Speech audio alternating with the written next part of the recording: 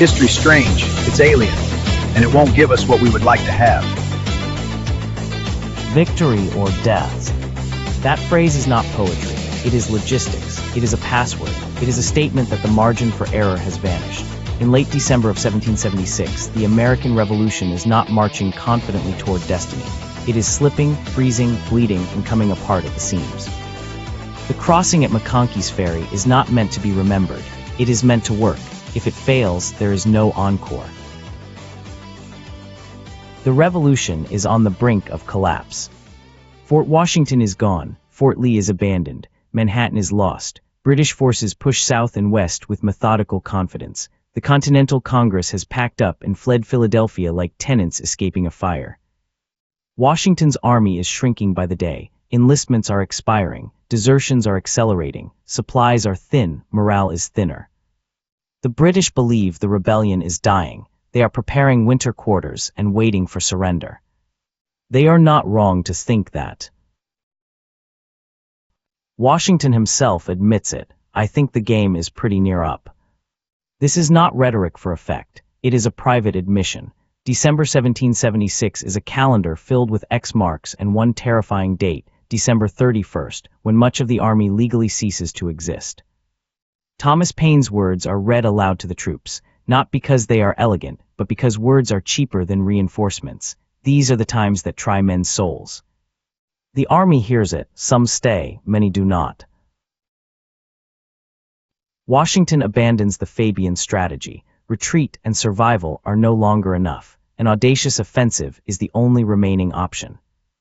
The plan is complex and fragile. 3 columns, a main assault across the Delaware, a blocking force to cut off escape routes, a diversion to confuse British reinforcements.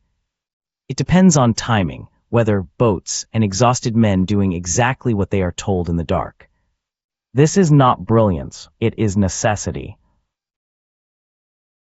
The crossing depends on people who rarely get credit.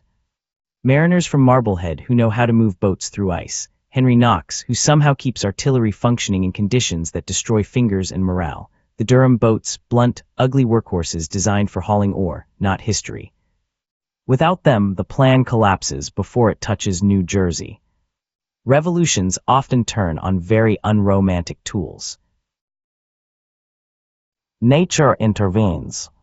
A nor'easter slams into the river, freezing rain, snow, wind that punishes exposed skin and exposed plans alike. The Delaware is not a frozen road. It is a violent, moving obstacle filled with ice that crushes hulls and throws men into black water.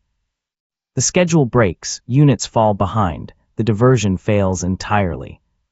Washington presses on anyway. Retreat now would be fatal. Sometimes leadership is choosing the least survivable option and walking into it. The Battle of Trenton is chaos, not choreography. Wet powder. Orders to use bayonets, columns moving through streets half lost in a blinding storm, artillery positioned by a young Alexander Hamilton, firing at point-blank range. James Monroe is wounded. Hessian defenses collapse faster than expected. In less than 2 hours, the garrison is broken. The impossible has happened, briefly. The Hessians were not drunk.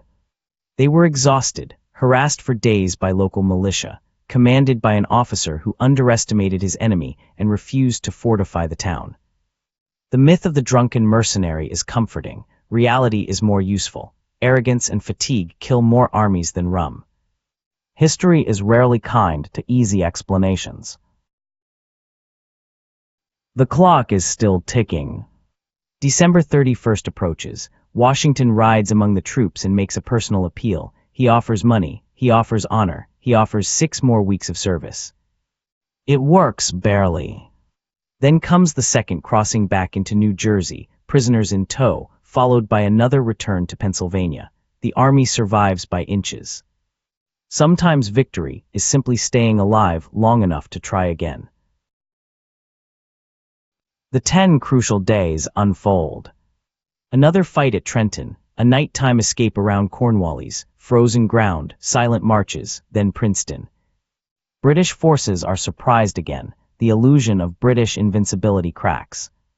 Washington is no longer merely resisting. he is maneuvering. The war has changed direction. The impact spreads outward. Morale returns, recruitment resumes, the revolution survives the winter. In London, the victory stuns British command. In Paris, it attracts attention. France begins to see potential where there had been doubt.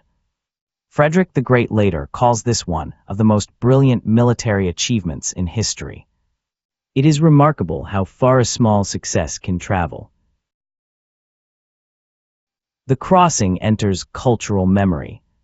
Luzzi's painting is wrong in details. The flag did not exist. The stance is theatrical. The timing is off. And yet the image endures because it captures something true. Diverse people, unified under pressure, risking everything with no guarantee of reward. Without these 10 days, the Declaration of Independence becomes a footnote.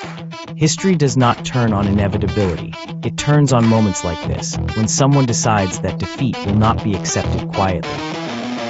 Check out more stories from history at davedoeshistory.org.